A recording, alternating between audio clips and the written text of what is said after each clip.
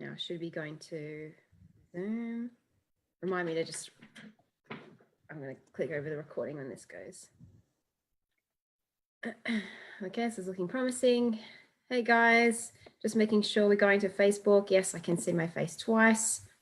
That's a good thing. All right. Wow. Hello everyone, and thank you for those of you tuning in live. It's great to have you, and I'm sure there'll be lots of people watching this on replay. Guys, my name's Dani, Catania. For those of you who don't know me, I work as our product education specialist for our Australia and New Zealand market. And it is my pleasure to bring in the big guns here on this topic. He is one of my favorite colleagues. He's over in our home office in Arizona. He is the amazing David Despain. Some of you guys will have seen him and heard him speak at our roadshow that we just wrapped up a couple of weeks ago. And this question came up quite a bit around ketogenic diets because there has been some recent popularity, a bit of a resurgence around ketogenic diets. So I'm just going to spend the next couple of minutes just really picking your brain, David, if that's okay. Of course. Thanks for having me on Zoom, and hello, everybody. You have a raving audience here in Australia and New Zealand, so we love you, David. But let's kick off. So I've got a couple of questions for you, and I know that you are one of the most educated when it comes to the current literature that's around. So as I said, there has been some recent popularity around ketogenic diets. So could you just explain first, what exactly is a ketogenic diet and where did the concept come from? Why is it sort of, surfaced recently? So the classic ketogenic diet is one that's very low carb with about 90% of your calories coming from fat. That's a lot of fat. That's actually pretty hard to do without including lots of fatty foods, avocados, bacons, etc. There's other modified keto diets that are more popular right now that are about 75% calories fats, but that's still quite a bit of fat with only about 15% of your calories coming from protein and even less from carbs, from 5 to 10% carbs. So that's really low. And the idea is to force you into a state of ketosis. Now let's just talk about what ketosis means. Ketosis is simply a metabolic process that means that you're burning fat or burning ketones that are products of the metabolism of fat. So the history on the ketogenic diet is that it was used clinically with some upsides for epileptic patients and for reducing seizures. So that was its traditional use.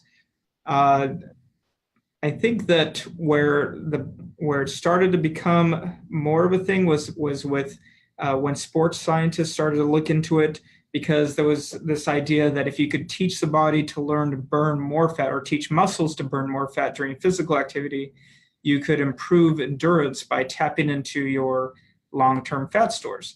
Well, so some of those early studies showed some promising results potentially for ultra marathoners, for revving up fat metabolism.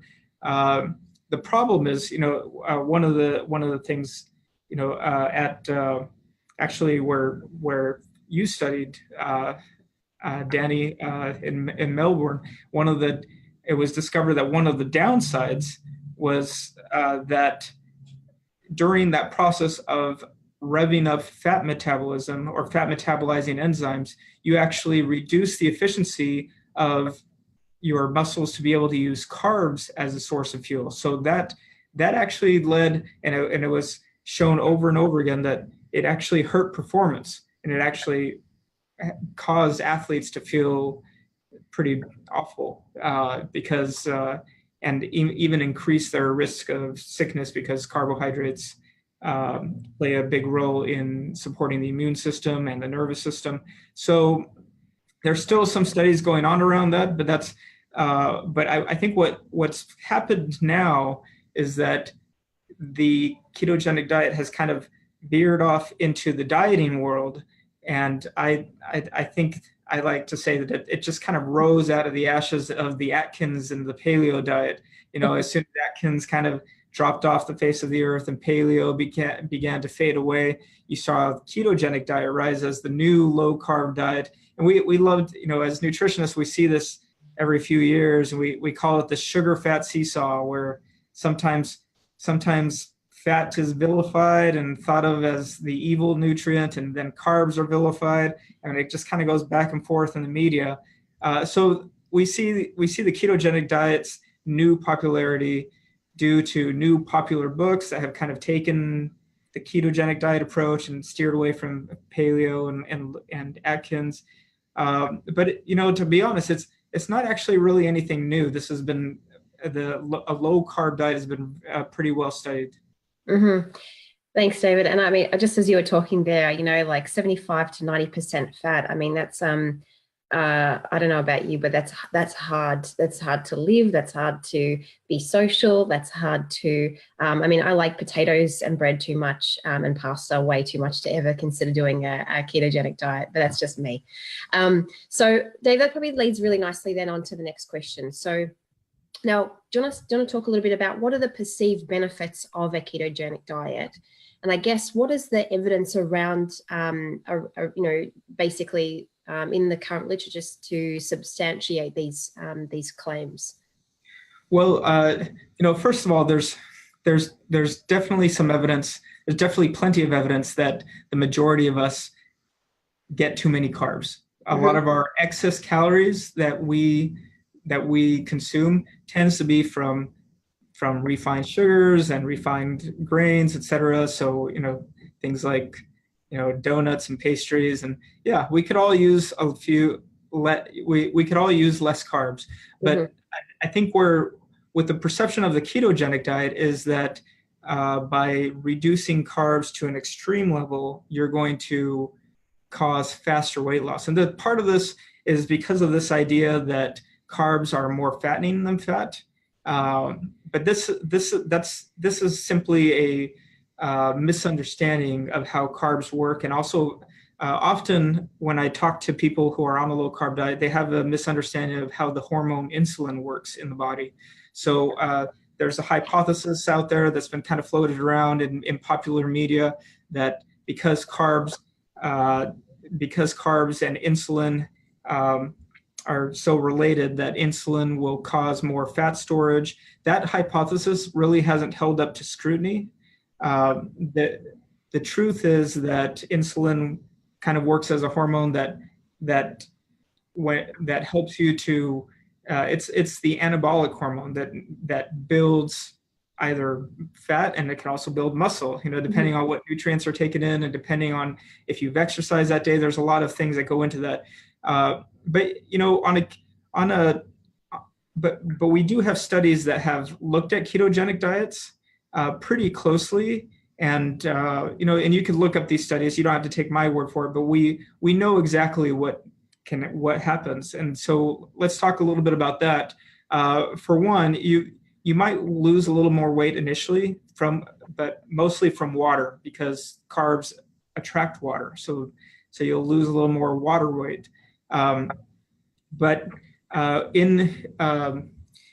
start with this study. In a study in 2006, there was just here close to Isagenix at ASU. There was a professor, Carol Johnson, who we worked with actually on our own studies.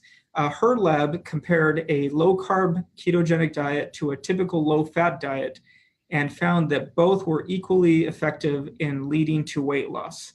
That the weight loss was completely driven by calorie deficit, and there was no difference between the two diets. But what she did see was that those on the low carb ketogenic diet, they had experienced adverse effects in terms of lipid profiles, so cardiovascular risk factors, and in her words, there was severe metabolic and emotional effects. So, poor mood among subjects, and also cardiovascular issues. So that was a study in 2006, well before the ketogenic diet was ever popular, although it's a pretty recent study. Then I think the most recent study, and probably the one that everybody's kind of pointing to now that's been very interesting, was done by Kevin Hall at the National Institutes of Health. And you can look this up. It's definitely an interesting study. So this was a state-of-the-art metabolic ward study. A metabolic ward study using a low-carb ketogenic diet and comparing it to a high-carb, low-fat diet, and again, keeping calories constant. So the metabolic ward condition basically is the gold standard of nutrition research, because you're using doubly labeled water to measure average energy expenditure, and you're taking into consideration where calories are being burned from, whether it's fat or carbohydrate. So at the end of the study, Dr. Hall reported that the subjects all lost weight throughout the study, corresponding with the reduction of calories. And another myth to tackle is that there's some who believe that a ketogenic diet actually leads to an increase in energy expenditure. In this study, there was barely a detectable increase in energy expenditure, but they did see a decrease of metabolism. And one thing that he showed was that the body fat loss slowed after a while on the low-carb ketogenic diet. So there was less loss of body fat. And this was despite lower insulin levels, and it coincided with an increased loss of fat-free mass and use of protein for energy. So basically, the folks who were on a low-carb ketogenic diet for a long time, they were actually losing protein. They were actually burning protein instead of fat. So they were losing. That's not something you want to see. So that's yeah, they were burning fat, and you'd get to that, but it just spoke again to the fact that it probably is not the best diet for long-term use. That's so great, David. And I was just taking some notes there as you were talking, just so I could summarize all that you just shared. So bottom line, just correct me if I heard this right, just for the benefit of everyone listening to this. So basically, it's refined sugars that really get us sort of into trouble, or that get carbs into trouble. Because we're not talking about really good whole grain, carbohydrates. You said there was a lot of the misinformation around the role of insulin and where ketogenic diets mistakenly get, what's the word, kind of drawn into this, improved insulin metabolism cycle, when really you've just shared that the current evidence suggests that's not the case. One of the other things that you mentioned were that, carbs really, when we've looked at the science, are really not more fattening than fat. It's really total calories that come out at the end. You mentioned, I thought this was a really good point. You mentioned that at this initially on a ketogenic diet, there is more rapid weight loss because there's water weight lost initially because of, as you're moving that carbohydrate stores, you're releasing some of that water as well. But it's unfavorable when it comes to your lipid profile. So your blood lipids and basically your metabolic engine is a little out of whack because of that, that large majority of your energy coming from fat. And I thought, just to summarize what you just said in that study, just to be clear that we're communicating this. So in the studies that that you've just reported on, so there's no increase in energy expenditure, which is often something that ketogenic diets, like you said, proclaim that you're burning more and higher amounts of energy. That's not the case. We saw a decrease in metabolism, right? And that came from the majority of that came from a loss in muscle tissue. But did I have all of that right? Yes. And that was from a metabolic ward study. So you can't really argue with it. It was from the NIH, the National Institutes of Health. So this wasn't biased in any way, or no bias, very prestigious. We're not talking about, popular diet books here. Yes.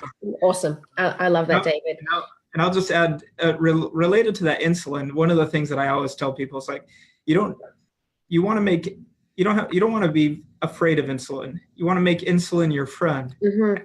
The most important way to make insulin your friend is exercise. If you exercise and then you have carbs, then and protein, then those carbs and protein get shuttled into muscle glycogen and muscle building. Insulin is your muscle building hormone. Yeah. It's also your fat building hormone. So if you're sitting on the couch and you're drinking lots of sugary beverages, yeah, insulin is not going to be your friend. Mm-hmm. It's going to, but it's not.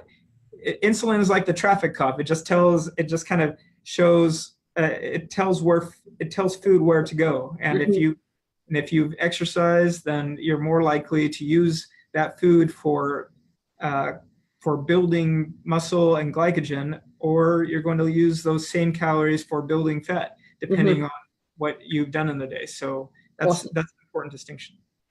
I love that, David. So the next question that comes up is often, do Isagenix cleanse days achieve a state of ketosis? Can you speak a bit to that?